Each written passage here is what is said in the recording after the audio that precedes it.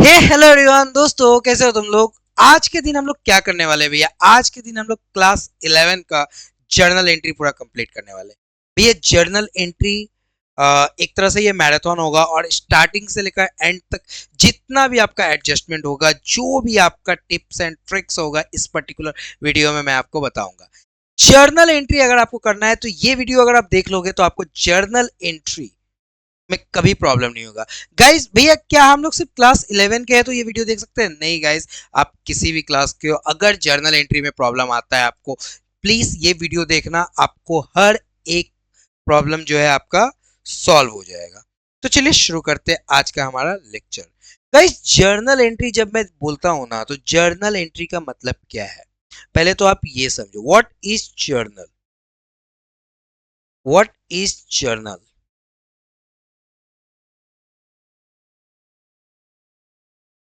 So guys, journal entry अगर मैं ध्यान से देखूं ना, तो जर्नल का मतलब क्या होता है? It is a language.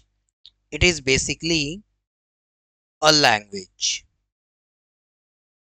भैया, लैंग्वेज किस चीज का लिए? जिस तरह से हम लोग अपने आप से लाइक हिंदी इंग्लिश में हम लोग बात करते हैं, तो हम लोग के बीच में कम्युनिकेशन का मोड क्या है? लैंग्वेज। ठीक है। आप और मैं जब बात कर रहे हैं तो ये एक लैंग्वेज के थ्रू हम लोग एक दूसरे के बात को समझ पा रहे हैं, हम लोग बात कर पा रहे हैं। जस्ट सेम तरीके से जर्नल एंट्री भी होता है। तो जर्नल एंट्री भी एक तरह का लैंग्वेज है,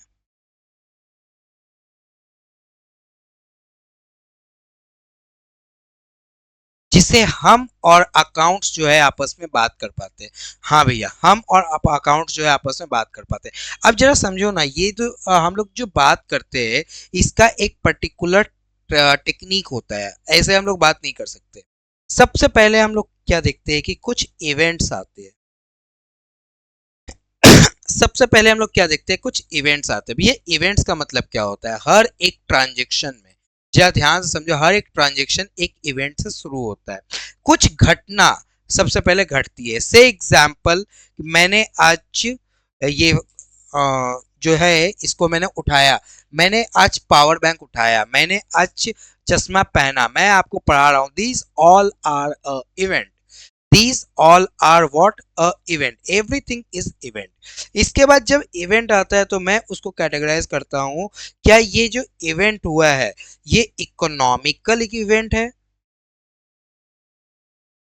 या नॉन इकोनॉमिकल इवेंट है? क्या ये एक इकोनॉमिकल इवेंट है या फिर एक नॉन इकोनॉमिकल इवेंट?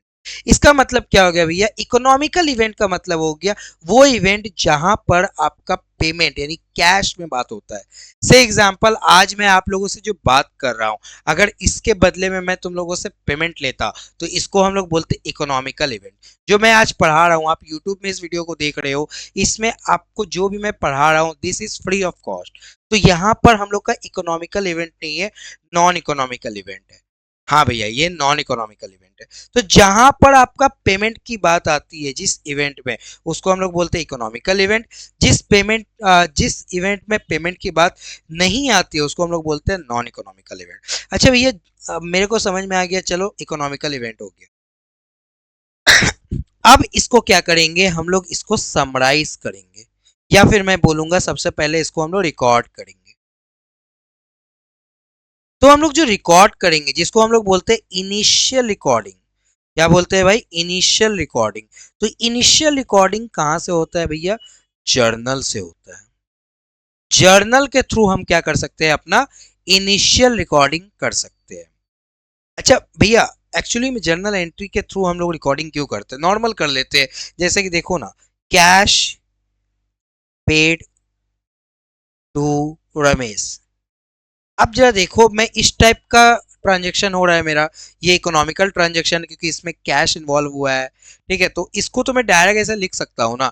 रेगुलर का 500,000 लिखना होता है एक कंपनी का, तो इस टाइप का तो लाइन बाय लाइन लिख देगा। तो मेरे को एक बात बता, इसको तुम रिकॉर्ड किस तरह से करोगे? इसको तुम समराइज किस तरह से करोगे? एनालाइज किस तरह से करोगे? इसका एक तरीका होता है जहां से आप रिकॉर्डिंग करते हो, समराइजिंग करते हो, एनालाइजिंग करते हो। तो इस तरीके को हम लोग बोलते हैं जर्नल। क्यों? क्योंकि अगर मैं इसको इस तरह से लिखता हूँ तो जस्ट ये एक स्टेटमेंट फॉर्मेट में लिखा हुआ आ रहा है मेरे को। अगर मैं किसी को दे दूंगा, अगर मान लो 5 लाख इस तरह से लिखा हुआ, और मैं उससे पूछूंगा भाई अब मेरे को बताओ कि रमेश से मेरे को कितना रुपए पाना है, ठीक है, और या फिर कितना रुपए मेरे को रमेश को देना है। तो क्या आप बता पाओगे? आंसर इज नहीं भैया, क्योंकि इस तरह से स्टेटमेंट में लिखे रहने से हम लोग इसको नहीं बता पाते। तो इसीलिए जर्नल एंट्री का जन्म हुआ। जर्नल एंट्री बोलता है मैं इसको एक ऐसे तरीके से रिकॉर्ड करूंगा जिससे आप जो है इस पर्टिकुलर चीज को बाद में अच्छे से अकाउंट कर पाओगे। यानी कि रमेश रिलेटेड जो भी चीजें आपको चाहिए आप बाद में ढूंढ सकते हो, कैश रिलेटेड जो भी चीजें चाहिए आप बाद में ढूंढ सकते हो। मेरा बात समझ में आया? तो ये एक तरह का तरीका है, इनिशियल तरीका है। अच्छा भैया, अब हम लोग तरीका समझते हैं। सबसे पहले तो मैं आपको ये बताता हूँ, हम लोग के यहाँ पर दो सिस्टम होता है। सिस्टम का मतलब भैया क्या हुआ? दो सिस्टम होता है, ध्यान से देखो। एक होता है आपका डबल एंट्री सिस्टम, एक होता है आपका सिंगल एंट्री सिस्टम। अच्छा, ये डबल एंट्री सिस्टम का मतलब क्या होता है भैया? किसी भी पर्टिकुलर चीज को कम से कम दो बार हम लोग रिकॉर्ड करते हैं, यानी कि दो जगह में हम इस चीज को रिकॉर्ड करते हैं। इसको हम लोग क्या बोलते हैं? Double entry system. अच्छा, डबल एंट्री सिस्टम इसको बोलते हैं। सिंगल एंट्री मतलब जनरली हम लोग एक बार रिकॉर्ड करते हैं उस चीज को। अच्छा भैया, डबल एंट्री सिस्टम है ना? हाँ। तो इसका मतलब क्या हुआ? All assets must be equal to all liability. इसी को हम लोग बोलेंगे डबल एंट्री सिस्टम में हम लोग इसको दिखाते हैं। यानी कि यहाँ पर आपका डेबिट साइड एक होता है, एक आपका क्रेडिट साइड होता है। मिनिमम दो लोगों के बीच में ट्रांजेक्शन तो होता ही है, और यहाँ पर हम लोग को डबल एंट्री सिस्टम में ये सारा का सारा चीज जो है देखने को मिलता है।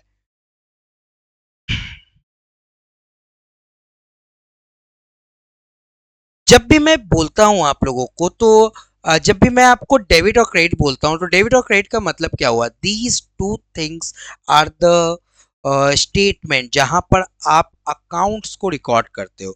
कोई भी अकाउंट्स या तो आपका डेबिट हो सकता है या तो आपका क्रेडिट हो सकता है।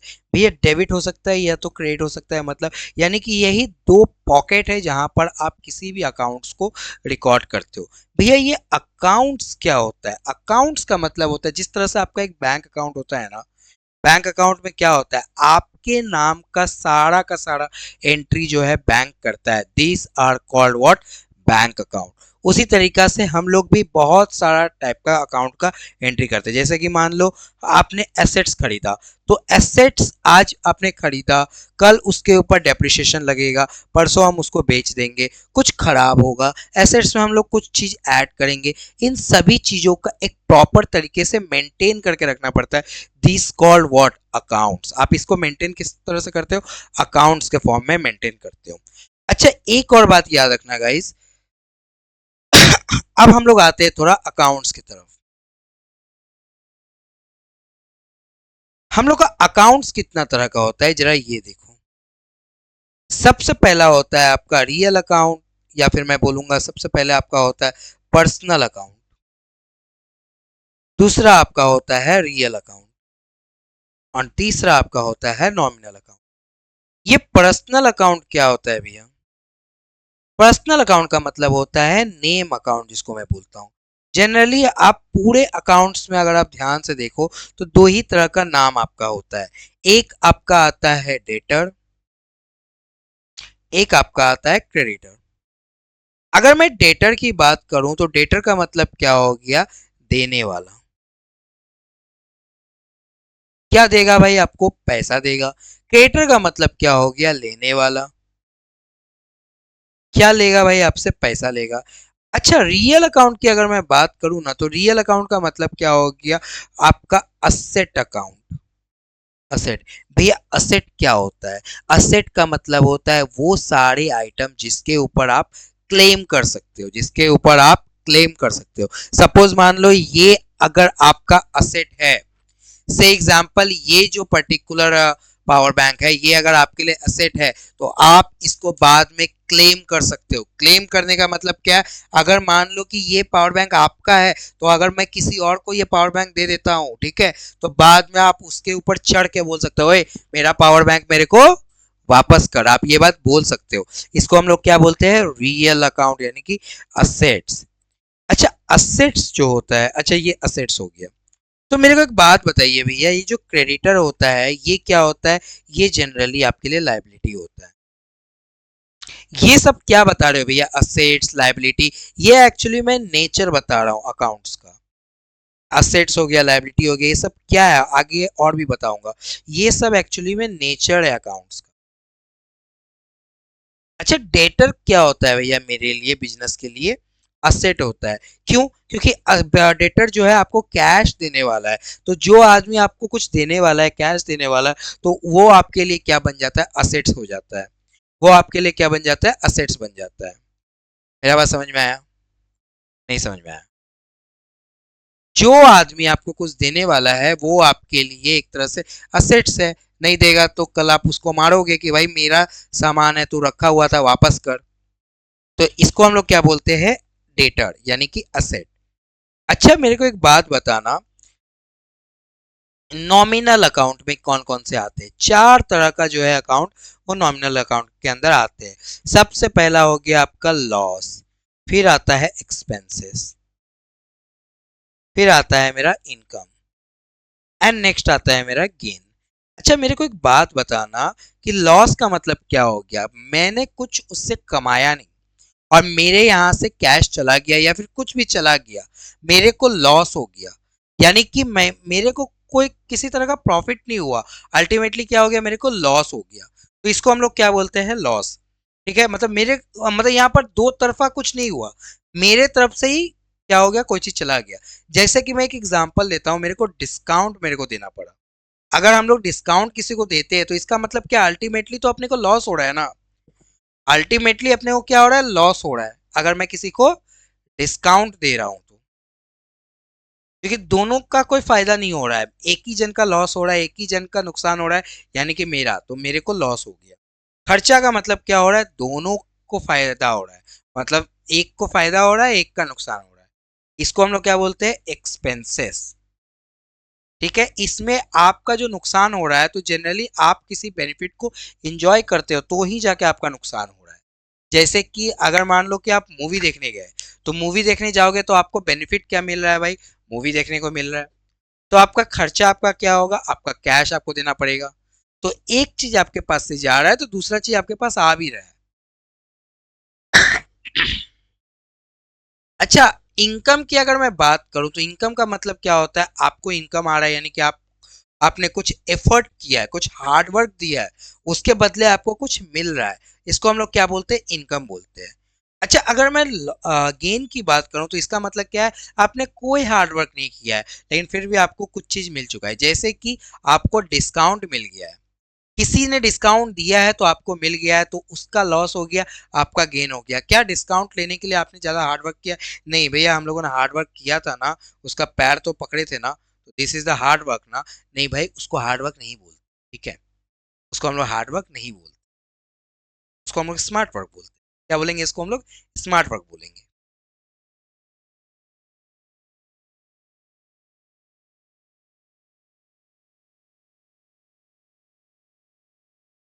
Hope so guys this is the clear. अभी तक आपको जो भी चीज मैंने पढ़ाया वो आपको बहुत अच्छे तरह से समझ में आ चुका है। अब हम लोग हर एक एंट्री को, अच्छा कुछ और बातें, हम लोग हमेशा जो है मॉडर्न रूल फॉलो करेंगे। मॉडर्न रूल का मतलब क्या हो गया भैया, all asset, all expenses and all losses, अगर वो बढ़ता है तो डेबिट हो जाएगा, और अगर वो घटता है तो क्रेडिट हो जाएगा।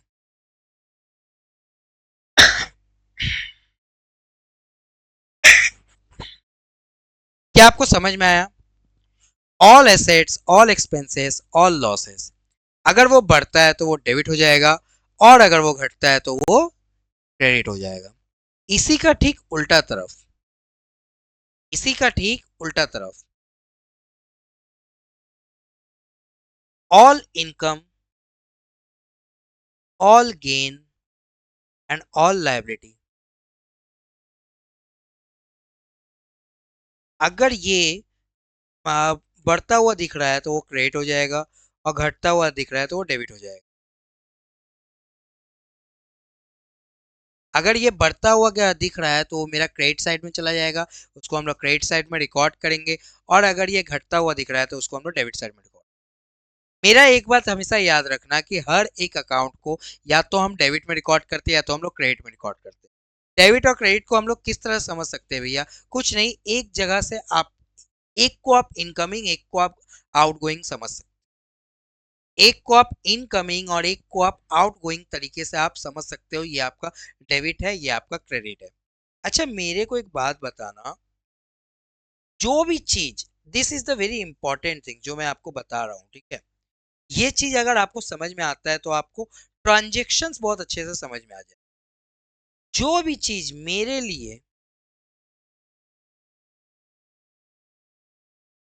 असेट होता है, वो तेरे लिए क्या होता है?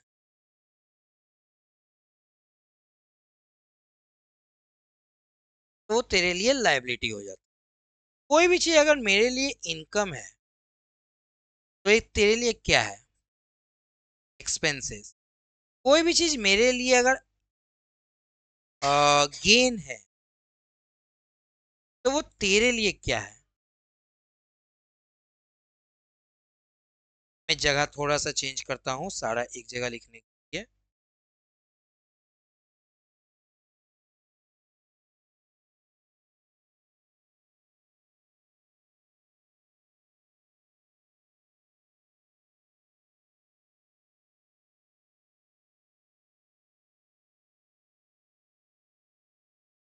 चलो, परफेक्ट।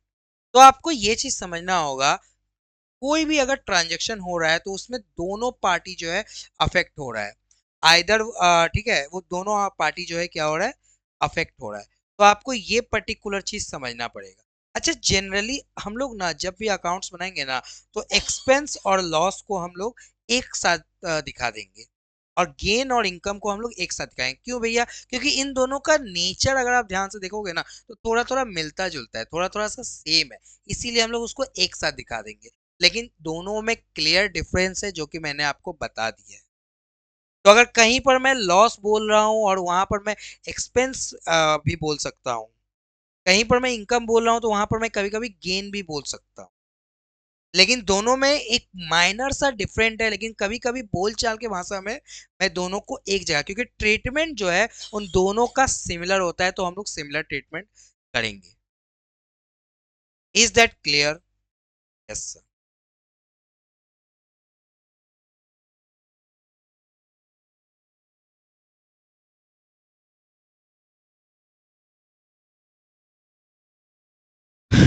अच्छा, अब हम लोग समझते हैं कुछ ट्रांजेक्शन समझाऊंगा, जिससे आपका जर्नल एंट्री जो है बहुत अच्छे तरह से क्लियर हो जाएगा। कोई भी आप ट्रांजेक्शन्स पढ़ोगे, तो सबसे पहले आपको क्या करना होगा? अकाउंट्स निकालना होगा। सबसे पहले आपको क्या करना पड़ेगा? अकाउंट्स निकालना होगा। अब ये अकाउंट्स किस तरह से निकालेंगे, यही तो हम लोग को नहीं समझ में आ रहा।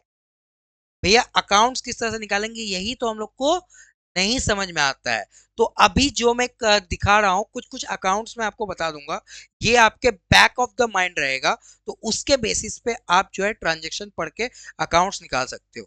भैया, नॉर्मली कितना होता है मैक्सिमम? मैं मैक्सिमम 15 पकड़ के चलता हूँ, 15 से ज्यादा आपको अकाउंट्स नहीं समझना पड़ेगा। मतलब ये 15 तरह का अगर एडजस्टमेंट्स वगैरह अगर आप समझ लेते हो, तो आप 90% अकाउंट्स जो है सीख गए। ठीक है, very good, very good, very good. सबसे पहले तो मैं आपको बताता हूं कि इंट्रोडक्शन ऑफ कैपिटल। सबसे पहले मैं क्या बताता हूं? Introduction of capital. अच्छा, कैपिटल अगर मार्केट में आप इंट्रोड्यूस कर रहे हो, मतलब अपने बिजनेस में क्या इंट्रोड्यूस कर रहे हो? कैपिटल इंट्रोड्यूस कर, तो इसका जर्नल एंट्री क्या हो सकता है? भैया, मैं बिजनेस में कुछ लेके आ रहा हूं, मैं बिजनेस में कुछ लेके आ रहा हूं, तो मैं क्या लेके आ रहा हूं? सवाल ये उठता है। अगर मैं फर्नीचर बिजनेस में लेके आ रहा हूं, तो फर्नीचर बिजनेस, तो मैं फर्नीचर लिखूंगा। अगर मैं कैश लेके आ रहा हूं, तो मैं कैश लिखूंगा। अगर मैं कोई और चीज लेके आ रहा हूं, जो भी चीज लेके आ रहा हूं, वो मैं ऊपर में लिखूंगा। से एग्जांपल, मैं बिजनेस में क्या लेके आ रहा हूं? मैं बिजनेस में और क्या लेके आ सकते हैं? मशीन लेके आ सकते हैं। तो इन सभी चीजों को मैं क्या करूंगा? डेबिट कर दूंगा, और कैपिटल अकाउंट को क्रेडिट कर दूं।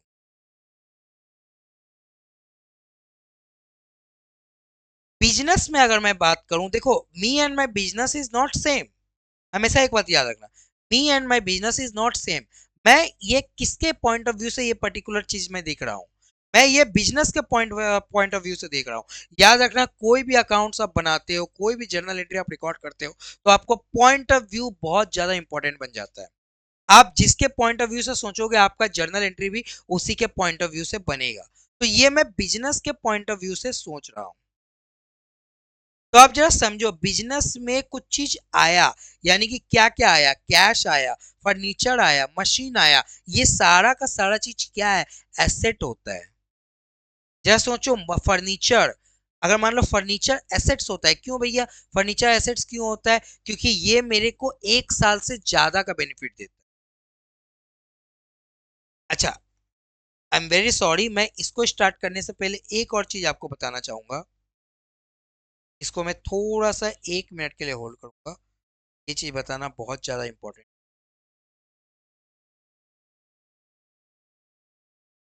तो मैं यहाँ लिख के रख देता हूँ, लेकिन ये चीज आप थोड़ा सा सुन लो।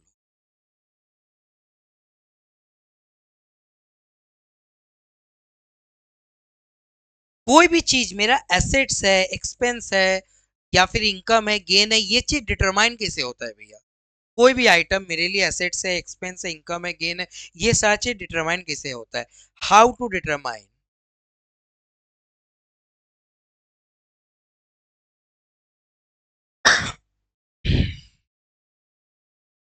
क्या डिटरमाइन करना है भाई, कि कोई भी, हाउ टू डिटरमाइन, कैसे डिटरमाइन, बताओ। तो हमेशा याद रखना, कोई भी आउटफ्लो होता है ना आपका, कोई भी आउटफ्लो ऑफ कैश होता है। अगर मान लो आपने किसी भी पर्टिकुलर चीज के लिए कैश दिया है, यानी कि कैश आपने पेमेंट किया है।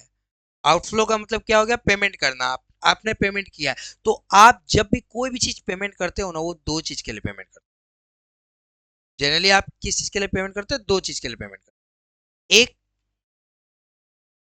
आप एक्सपेंस के लिए पेमेंट करोगे, कोई भी खर्चा आपने किया है उसके लिए आप कैश दे रहे हो, या फिर दूसरा क्या है, एसेट के लिए पेमेंट, एसेट को एक्वायर करने के लिए, एक्सपेंस पेड और एसेट एक्वायर्ड।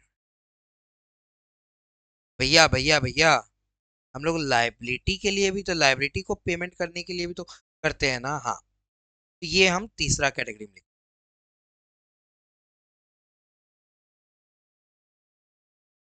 एसेट्स को खरीदना, कोई भी एसेट्स को आप खरीदोगे। अब जरा समझो, एक्सपेंस को अगर मैं एक्सपेंस के लिए पे करता हूँ, इसका मतलब क्या, कोई खर्चा के लिए मैं पेमेंट कर रहा हूँ। कोई भी खर्चा करने के लिए अगर मैं खर्चा करता हूँ, तो ऑब्वियस सा बात है, मेरे को कैश पेमेंट करना पड़ेगा। अगर मान लो कि मैं मूवी का टिकट खरीदता हूँ, या फिर मैं रेंट पेमेंट करता हूँ, इलेक्ट्रिसिटी पेमेंट करता हूँ, इन सभी को मैं एक्सपेंस बोलता हूँ, इन सभी को मैं क्या बोलता हूँ, एक्सपेंस बोलता हूँ। क्यों, क्योंकि ये जो है ना, विद इन 1 ईयर मेरे को बेनिफिट देगा। ये जो मेरे को बेनिफिट देगा, वो विद इन 1 ईयर में मेरे को बेनिफिट देगा। लेकिन अगर मैं कोई भी चीज का, अगर मान लो पेमेंट कर रहा हूँ, और वो पर्टिकुलर चीज मेरे को 1 साल से ज्यादा का बेनिफिट दे रहा है, 1 साल से ज्यादा का जनरली बेनिफिट दे रहा है, यानी कि एग्जाम्पल दो भैया, 1 साल से ज्यादा का बेनिफिट दे रहा है, मशीन मैंने खरीदा, तो मशीन अगर मैं खरीद रहा हूँ, तो वो मेरे को बेनिफिट कितना का दे रहा है, 1 साल से ज्यादा का बेनिफिट दे रहा है ना, तो वो मैं क्या बोलूंगा, असेट।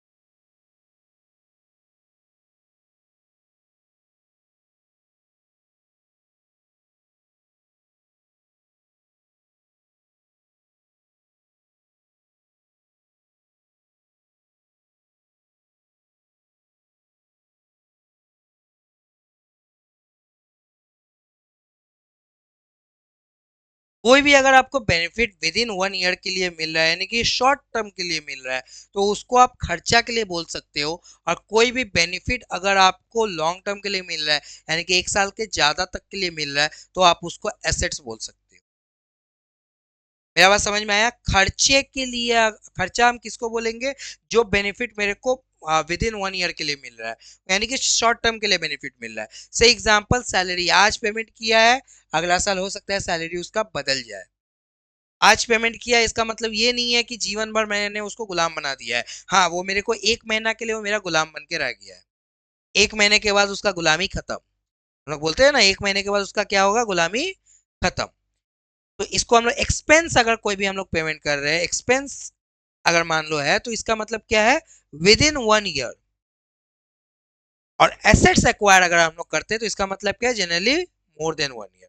भैया, एसेट में भी तो दो तरह का एसेट्स होता है ना, एक शॉर्ट टर्म एसेट्स, एक लॉन्ग टर्म एसेट्स, यानी एक करेंट एसेट्स, एक नॉन करेंट एसेट्स। तो नॉन करेंट एसेट्स का मतलब क्या है? More than 1 year. Short term assets का मतलब क्या होता है?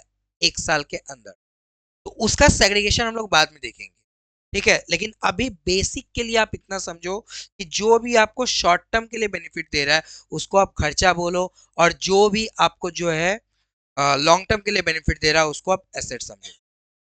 लाइबिलिटी। अच्छा, मेरा एक बात समझो ना, लाइबिलिटी एक्चुअली पैदा कैसे होता है? लाइबिलिटी एक्चुअली पैदा कैसे होता है? हम लोग इसको समझेंगे, लाइबिलिटी एक्चुअली पैदा कैसे होता है। लेकिन सबसे पहले तो ये समझो तुम, इनफ्लो ऑफ कैश।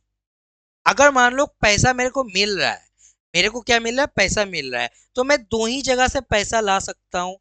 या तो मैं कमा के लाऊंगा, या तो मैं भीख मांग के लाऊंगा।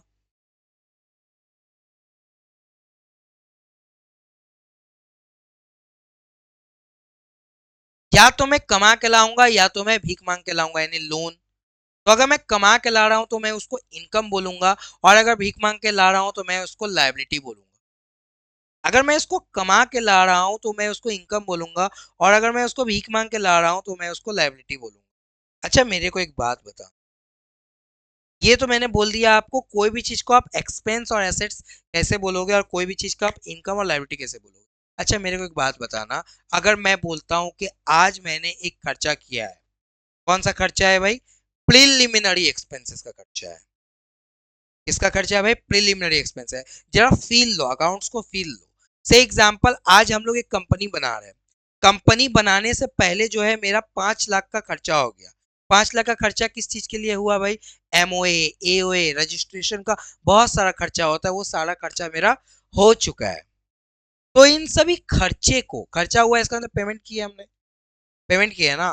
तो अगर मैंने पेमेंट किया है, तो मैं इन सभी पेमेंट को या तो अपना खर्चा मान लूंगा, या तो अपना एसेट्स मान लूंगा। तो आपको क्या लगता है मैं इसको क्या मानूं? देखो, अगर मैं इसको खर्चा मान रहा हूं, तो वो खर्चा जो अगर मैं खर्चा मान रहा हूं, तो इसका मतलब मैं बोल रहा हूं इसका बेनिफिट मेरे को आज ही मिला है, 1 साल के लिए मिला है, या इस पर्टिकुलर टाइम पीरियड के लिए ही मिला है मेरे को। तो मैं इसको खर्चा बोल रहा हूँ। लेकिन अगर मेरे को इसका benefit over of period of time मेरे को मिलने वाला है, तो मैं इसको खर्चा कभी नहीं बोलूंगा, मैं इसको एसेट बोलूंगा। मेरा बात समझ में आया? मैं इसको क्या बोलूंगा? एसेट बोलूंगा, अगर इसका बेनिफिट मेरे को over a period of time मिलने वाला है। सपोज मान लो कि मैंने एक पेंटिंग करवाया है। किसका पेंटिंग करवाया है भाई? नहीं, पेंटिंग नहीं करवाया है। चलो, मेरे पास एक 5 करोड़ का मशीन था, एग्जाम्पल देता हूँ। मेरे पास एक 5 करोड़ का मशीन था। अब मैंने क्या किया, उस 5 करोड़ के मशीन पे कुछ मॉडिफिकेशन करवाया है। और उस मॉडिफिकेशन को करवाने के लिए मेरे पर कितना का पेमेंट हमको देना पड़ा? से एग्जांपल 2 लाख रुपया का पेमेंट देना पड़ा। अब जब मैंने मॉडिफिकेशन करवाया ना, तो अगला आदमी हमको क्या बोलता है? देख, ये जो मॉडिफिकेशन हुआ है, ये सिर्फ 5 साल के लिए ही चलेगा। ये कितने साल के लिए चलेगा? 5 साल के लिए चलेगा। तो आपको क्या लगता है, ये मॉडिफिकेशन को मेरे को कहाँ लिखना चाहिए? असेट में लिखना चाहिए, या फिर एक्सपेंस में लिखना चाहिए? क्योंकि ये कैश का आउटफ्लो है। और अगर कैश का आउटफ्लो है, तो इसको मेरे को दो ही जगह लिख सकते हैं, या तो असेट में, या तो एक्सपेंस में। कहाँ लिखेंगे बताओ? एसेट में। क्यों? जनरली हम लोग वही करते हैं। इसका आउटफ्लो मेरे को हुआ है, यस, और मेरे को बेनिफिट जो है over a period of time मिलेगा, ठीक है। तो मेरे को जनरली इसको एसेट का प्राइस में लिखना चाहिए, यानी कि मेरे को इसको एसेट साइड में लिखना चाहिए। एसेट साइड का मतलब क्या है, मेरे को इसको बैलेंस शीट में लिखना चाहिए, और एसेट का मतलब क्या है, बैलेंस शीट में ही लिखना चाहिए। मेरा बात समझ में आया? तो आप इस तरीके से आप डिटरमाइन करते हो। भैया ये आप जो बोल रहे हो ये सारा चीज आप अपने मन से बोल रहे हो या कहीं पर लिखा हुआ है? हर एक चीज कहीं ना कहीं लिखा होता है। और मैं ये सारा अकाउंट्स आप जो पढ़ते हो ना, वो अगर आप इंडिया में हो तो आप इंड एस या एएस के हिसाब से पढ़ते हो, और अगर आप फॉरेन में हो तो आप इसको आईएफआरएस बोल के। एक्चुअली आईएफआरएस को ही इंडियन वर्जन में बनाने के लिए हम लोगों ने इसको इंडेस बना दिया। आईएफआरएस एक्चुअली फॉरेन वर्जन है, इसको मैंने इंडियन वर्जन में बनाया है, मतलब इंडिया के बिजनेस के अकॉर्डिंग बनाया है, तो इसको हम लोग इंडेस बोलते हैं। और एस जो है वो पुराना है। एस जो है किसके ऊपर लगता है भैया? 250 करोड़ का टर्नओवर जिसका नहीं, मतलब paid up share capital, sorry, paid up share capital जिसका 250 करोड़ क्रॉस नहीं करता है। कितना करोड़? 250 करोड़। जिसका paid up share capital cross नहीं करता है और जिसके ऊपर इंड एस एप्लीकेबल नहीं होता है, उन सभी कंपनी के ऊपर क्या एप्लीकेबल होता है? S applicable. इंड एस एक आप क्या बोल सकते हैं, एक लॉ है, एक टाइप का लॉ है, जहां पर आपका अकाउंट्स में आपको कौन सा चीज इनकम में लिखना है, कौन सा चीज एक्सपेंस में लिखना है, कौन सा आइटम खर्चे में लिखना है, ये सारा चीज आपको वो बताता है। और आपको इसी के हिसाब से अपना फाइनेंशियल स्टेटमेंट बनाना है। भैया फाइनेंशियल स्टेटमेंट क्या होता है? देखो बात निकली है तो दूर तक जाएगी। भैया फाइनेंशियल स्टेटमेंट क्या होता है?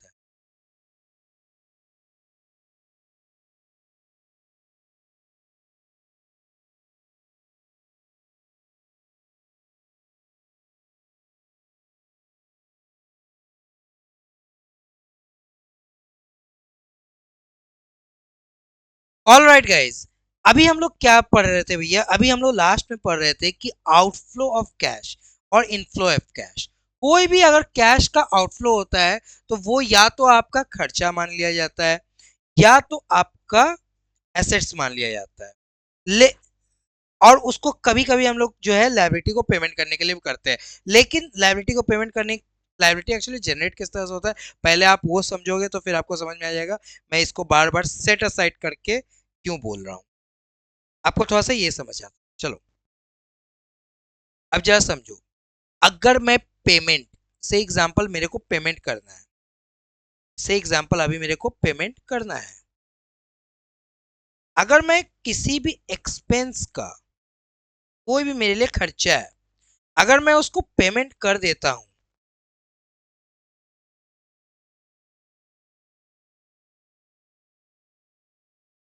तो मैं उसको बोल देता हूं कि यस गाइज मेरा वो खर्चा है। लेकिन अगर उस खर्चे का पेमेंट नहीं करता, नॉट पेड, तो वो खर्चा मेरे ऊपर एक लाइबिलिटी बन जाता। इसका मतलब कोई भी खर्चा अगर मैं उसका पेमेंट कर देता हूं तो वो मेरे लिए एक्सपेंस है, ठीक है। लेकिन अगर मैं उसका पेमेंट नहीं करता तो साल खत्म होने के अंदर अंदर मेरे को कुछ तो बताना पड़ेगा ना अपने अकाउंट्स में। तो मैं क्या बोलूंगा कि गाइस वो खर्चा मेरे लिए एक तरह का लाइबिलिटी बन चुका है, वो खर्चा मेरे लिए एक तरह का लाइबिलिटी बन चुका है। अब उसका पेमेंट जो है अगली बार होगा। अच्छा भैया लाइबिलिटी क्या इसी तरह से क्या जनरेट होता है? कि हाँ, एक इस तरह से जनरेट होता है। और दूसरा जनरेशन किस तरह से होता है लाइबिलिटी का, किस तरह से पैदा होता है? ये रहा दूसरा तरीका से पैदा होता है। डायरेक्ट मैं बैंक से क्या कर रहा हूँ, लोन मांग ले रहा हूँ। डायरेक्ट मैं क्या कर रहा हूँ, बैंक से कोई लोन मांग ले रहा हूँ, यानी कि इनफ्लो ऑफ कैश। तो ये हो गया सेकेंड तरीका जहां से लाइबिलिटी पैदा होता है। अच्छा, कोई भी इनकम, इसका ठीक उल्टा भी होता है।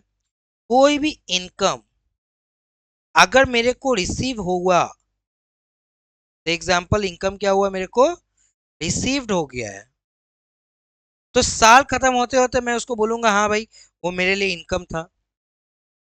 लेकिन अगर वो मेरे लिए रिसीव नहीं हुआ है, नॉट रिसीव्ड, तो साल खत्म होते होते मैं क्या बोलूंगा कि वो मेरे लिए असेट है। सपोज बॉस आपको 1 लाख रुपया इस महीने का देना भूल गया, अगला बार देगा, बोला है कि इस महीने का छोड़ दो, अगला बार ले लेना मेरे से 1 लाख रुपया, तो ये 1 लाख रुपया मेरे लिए क्या बन जाएगा, एसेट बन जाएगा। और वैसा बात है, ये 1 लाख रुपया आपको सैलरी देने वाला था बॉस। आपको ये छोटा छोटा चीज जो है जितना मैंने बताया वो समझ में आना चाहिए। अब मैं स्टार्ट करता हूँ। सपोज मान लो इंट्रोडक्शन ऑफ कैपिटल, पहला हमारा ट्रांजेक्शन क्या है, इंट्रोडक्शन ऑफ कैपिटल। अगर मैं कैपिटल को इंट्रोड्यूस करता हूँ बिजनेस में, तो मैं इसको बिजनेस के हिसाब से पूरा अपना अकाउंट बनाऊंगा। ये अकाउंट जो भी मैं बना रहा हूँ पूरा बिजनेस के हिसाब से बनाऊंगा। तो मैं बोल सकता हूँ कि अगर मेरा को इंट्रोडक्शन ऑफ कैपिटल मेरा है, तो इसका मतलब क्या है, बिजनेस के पास कुछ आया है। कुछ आया है मतलब क्या आया है, या तो कैश आया है, या तो फर्नीचर आया है, या तो मशीन आया है। या तो कैश आया, या तो फर्नीचर आया, या तो मशीन आया। तो इन सभी को मैं क्या बोलूंगा कि भाई देखो, कैश आया ना तो कैश बढ़ गया ना बिजनेस का। हाँ बोलो, कैश बढ़ गया ना। मशीन आया तो मशीन बढ़ गया ना बिजनेस में। फर्नीचर आया तो फिर फर्नीचर बढ़ गया ना बिजनेस में। ये सारा चीज क्या होता है भैया, एक तरह का असेट है। ये सारा चीज क्या होता है, एक तरह का असेट है। और अगर मान लो असेट बढ़ रहा है तो इसको मैं डेबिट में लिखूं। क्यों भैया डेबिट में क्यों लिखूंगा, आपका मन है क्या, नहीं मैंने अभी आपको बताया ना, मॉडर्न रूल, जितना भी एसेट है अगर वो बढ़ेगा तो वो डेबिट में लिखा। जितना भी एसेट्स है अगर वो बढ़ रहा है तो मैं उसको कहाँ लिखूंगा भाई, डेबिट में लिखूंगा। कहाँ लिखूंगा, डेबिट में।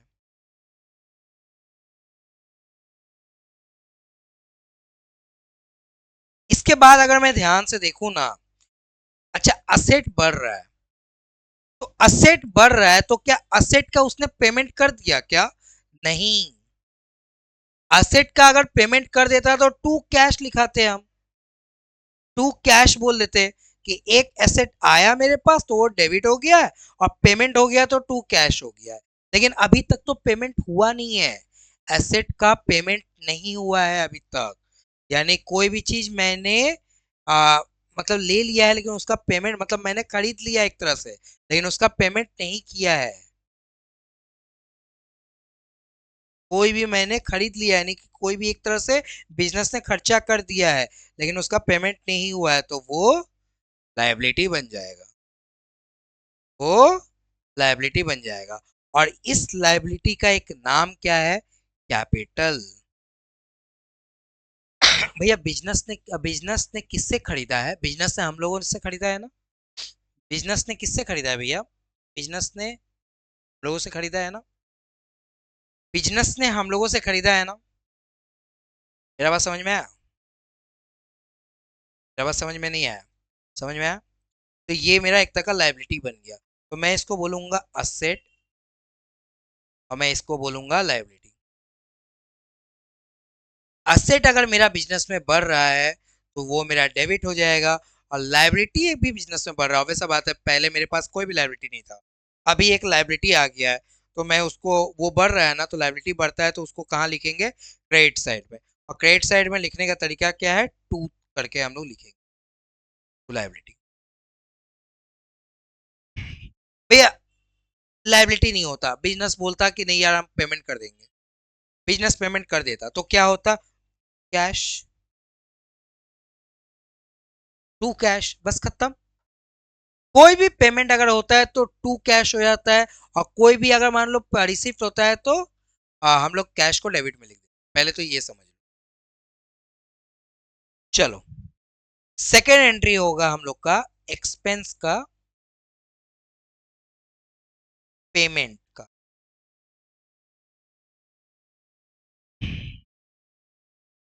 पेमेंट का एंट्री देखेंगे।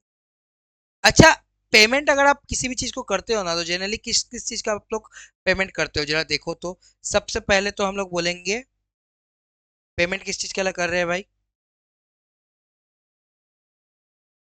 असेट को एक्वायर करते समय हम लोग पेमेंट कर रहे हैं, एसेट को एक्वायर करते समय हम लोग पेमेंट कर रहे हैं। तो जनरली मेरा जर्नल एंट्री क्या होगा बताओ मेरे को। टू कैश, एक्वायर मतलब खरीदना, और कोई भी असेट होगा, asset account debit to cash. मेरे पास क्या आ रहा है, असेट आ रहा है, तो असेट्स एक तरह का मतलब असेट्स अगर आ गया तो असेट्स मेरे पास बढ़ गया है। अब असेट का कोई भी नाम हो सकता है। असेट का नाम क्या क्या होता है भैया, फर्नीचर होता है, कैश होता है, बैंक होता है, मशीन होता है। ये सारा का सारा एक लिस्ट आपको दे दूंगा, उसको आप एक बार देख लेना। आप अपने लॉजिक से बता सकते हो कि हाँ भाई, फर्नीचर, मशीन, टीवी, रेडियो, पंखा, घर, बिल्डिंग, लैंड, ये सारा आपके लिए एसेट्स है। ठीक है, तो assets account debit to cash. To cash क्यों, क्योंकि पेमेंट हुआ है, और जब जब भी पेमेंट होगा हम लोग क्या बोलेंगे भाई, टू कैश।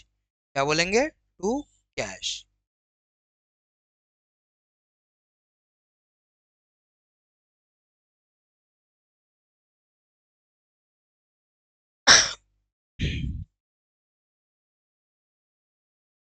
अच्छा, असेट के केस में ना हर बार आप देखोगे, असेट एक्चुअली हम लोग क्या होता है जरा सा, अच्छा असेट का बता दिया ना, ठीक है। असेट के बाद क्या होता है, अच्छा मेरे को एक बात बताना, असेट का अगर मैंने पेमेंट कर दिया तो मेरे को टू कैश लिख दिया, अगर पेमेंट नहीं किया होता तो क्या बोलते, असेट हमने अक्वायर कर लिया है, कोई भी asset, but not paid, but not paid. हमने एसेट अक्वायर तो कर लिया लेकिन पेमेंट किया ही नहीं है, तो बताओ जर्नल एंट्री क्या हो सकता है मेरा, बताओ। असेट तो आ गया मेरे पास, तो असेट्स अकाउंट डेबिट हो जाएगा, लेकिन पेमेंट अभी तक नहीं हुआ है, तो क्या होगा बताओ।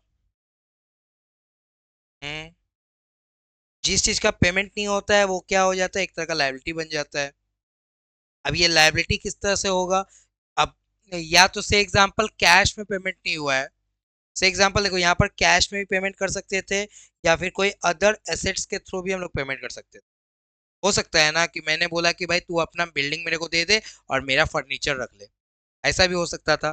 तो हम लोग यहाँ पर कैश के थ्रू या तो पेमेंट कर सकते थे, या तो अदर एसेट्स के थ्रू पेमेंट कर सकते थे। और अगर मान लो कि मेरे को एक लाइबिलिटी जनरेट करना होगा, हाँ, हम लोग पेमेंट नहीं कर रहे, हम लोग एक लाइबिलिटी के तौर पे आपका लेके जा रहे हैं एसेट्स। ठीक है, हम लोग एक लाइबिलिटी, अब लाइबिलिटी का आप कुछ भी लिख सकते हो, से एग्जांपल आप क्या लिख सकते हो, आउटस्टैंडिंग एसेट्स, या आउटस्टैंडिंग कुछ भी। बस एक आपका एक एसेट्स आपके बिजनेस में आ रहा है, और साथ ही साथ एक लाइबिलिटी भी आ रहा है। तो एसेट्स आ रहा है बिजनेस में, तो एसेट्स बढ़ रहा है तो वो डेबिट होगा, साथ ही साथ लाइबिलिटी भी बढ़ रहा है। लाइबिलिटी क्यों बढ़ रहा है, क्योंकि हम लोगों ने पेमेंट नहीं किया उस एसेट्स का खरीदते समय, तो मेरा लाइबिलिटी भी बढ़ रहा है, तो वो मेरा क्रेडिट हो जाएगा।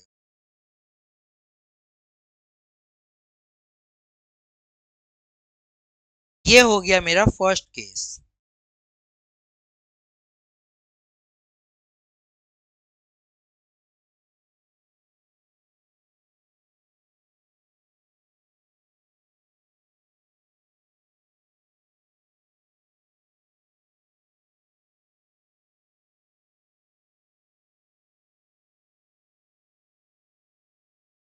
अब सपोज मान लो आप क्या कर रहे हो, एक्सपेंसेस का पेमेंट कर रहे हो,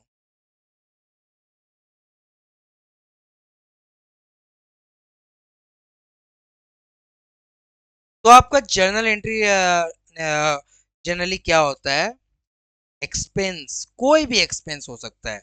अगर मान लो रेंट का पेमेंट कर रहे हो तो रेंट को लिख दो, rent account debit to cash. अगर सैलरी का पेमेंट कर रहे हो तो सैलरी को लिख दो। अगर मान लो इलेक्ट्रिसिटी का पेमेंट कर रहे हो तो इलेक्ट्रिसिटी का लिख दो। इंटरेस्ट का पेमेंट कर रहे हो तो इंटरेस्ट का लिख दो, कुछ भी आप लिख सकते हो। तो expense account debit to cash. अब अगर मान लो कैश में पेमेंट कर रहे हो तो कैश में लिख दो, और अगर मान लो किसी अदर एसेट्स के थ्रू आप पेमेंट कर रहे हो, तो आप अदर एसेट्स का भी नाम लिख दो।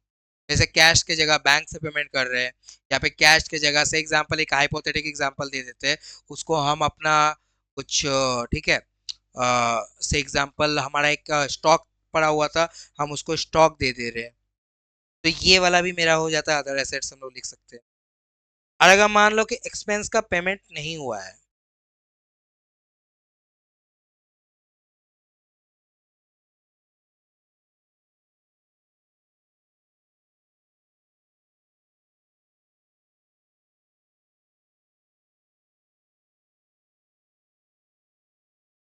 एक्सपेंस तो हुआ है लेकिन उसका पेमेंट नहीं हुआ है, तो उस समय हम लोग क्या लिखेंगे, वो सारा का सारा एक्सपेंस अकाउंट डेबिट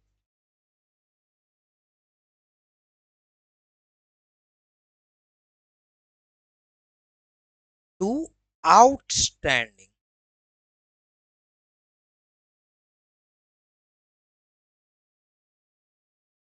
एक्सपेंसेस। अभी आउटस्टैंडिंग एक्सपेंस क्या है भैया, एक तरह का लायबिलिटी ही है।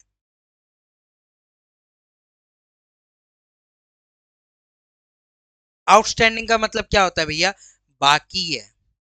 आउटस्टैंडिंग का आउटस्टैंडिंग का मतलब क्या होता है भैया, बाकी है।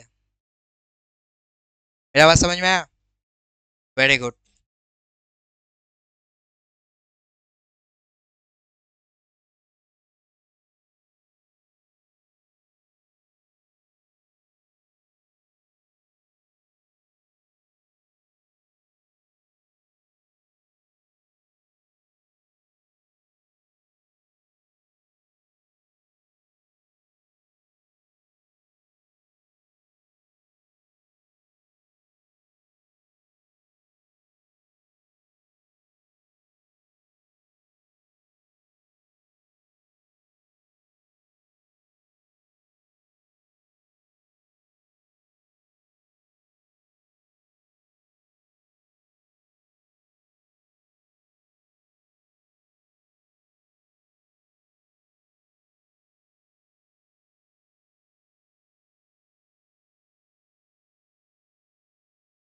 अगर आपको कुछ रिसीव्ड हो रहा है, जिस तरह से पेमेंट हो रहा था उसका ठीक उल्टा हो गया, आपका रिसीव हो रहा है। अगर मान लो आपको कुछ रिसीव हो रहा है, ठीक है, तो मैंने आपको पहले ही बताया था, रिसीव जो होता है वो दो तरह का आपका होता है, या तो आपको इनकम मिलेगा या तो आपको लायबिलिटी मिलेगा। चाहे आप कमा के लाओगे तो वो आपका इनकम कहलाएगा, और अगर मान लो कि आप भीख मांग के लाते हो, वो आपके लिए एक लायबिलिटी कहलाएगा। गाइस, अगर आप इनकम उसको बोलते हो, किसी भी चीज को अगर आप इनकम बोलते हो, तो डिपेंड करता है क्या इनकम आपको रिसीव्ड हो चुका है, रिसीव्ड हो चुका है,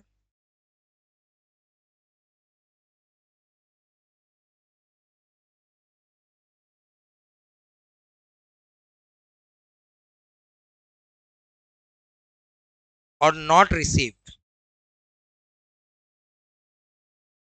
या फिर नहीं हुआ है, तो ही केस बन जाता है। अगर मान लो कोई भी इनकम अगर आपको रिसीव हो जाता है, तो आप बोलोगे क्या, कैश या फिर कोई भी अदर एसेट्स, हो सकता है ना इनकम के रूप में आपको लाइक शेयर्स मिल जाए, तो आप शेयर्स को लिख दो, या फिर इनकम के रूप में आपको ठीक है खाना खिला दे, तो आप उस खाना को लिख दो। इनकम के रूप में आपको जो भी मिलता है वो आप यहाँ पर लिखोगे, कैश अकाउंट डेबिट या फिर other assets account debit to income. क्योंकि इनकम मेरा लिए एक इनकम जो है, अब इनकम का रूप क्या हो सकता है भैया, सैलरी हो सकता है, डिविडेंड हो सकता है, या फिर कुछ भी हो सकता है। ठीक है, हो सकता है आप एक लैंड लॉर्ड हो तो आपको रेंट भी मिल जाता है, हो सकता है आप बिजनेस करते हो तो आपका प्रॉफिट भी हो जाता है। तो ये सारा का सारा चीज जो है वो आप यहाँ पर लिख सकते हो, cash account debit to income में, cash account debit to income में। चलो भैया, नहीं मिला मेरे को पेमेंट, जाइए, मेरे को पेमेंट मिला ही नहीं, तो मैं क्या लिखूंगा यहाँ, तो मैं यहाँ पर लिखूंगा, बोलो,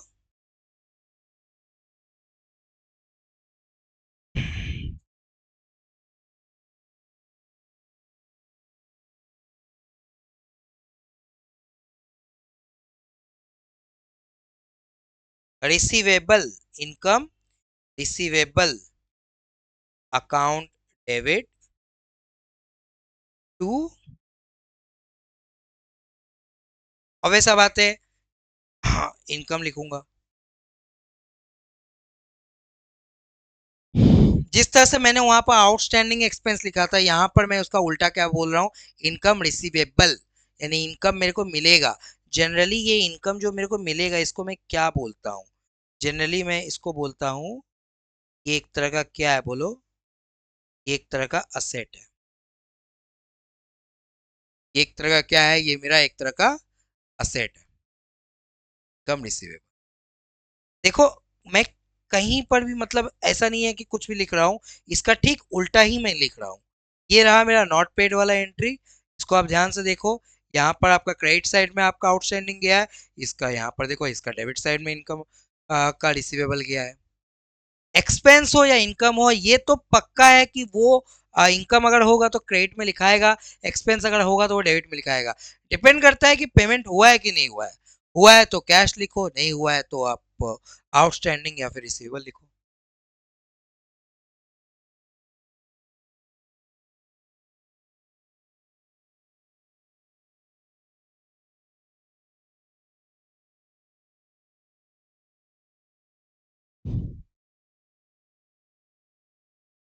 सो गाइज आज के लिए इतना ही रखते हैं, मिलते हैं नेक्स्ट वीडियो में, तब तक के लिए keep learning keep watching. And ये सीरीज को हम लोग कंप्लीट करेंगे, हम लोग का ये जो सीरीज है पूरा बैलेंस शीट फाइनलाइजेशन तक जाएगा।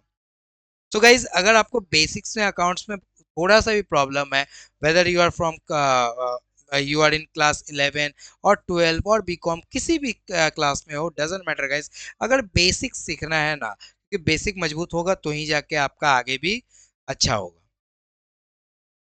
तो बेसिक्स के लिए ये सारा चीज आपको समझना जरूरी है। मिलता हूँ नेक्स्ट वीडियो में, तब तक के लिए keep learning keep watching and don't forget to subscribe the channel.